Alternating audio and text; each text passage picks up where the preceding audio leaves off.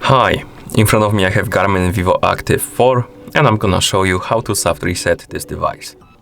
To soft reset this device, simply press and hold the upper button.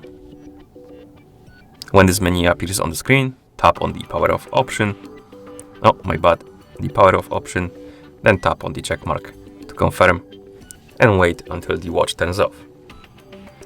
After the watch turns off, wait for a couple of seconds and then turn it back on by pressing pressing and holding the upper button.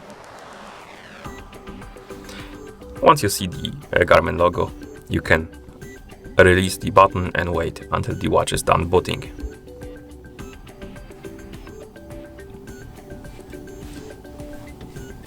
And that's how you soft reset this device.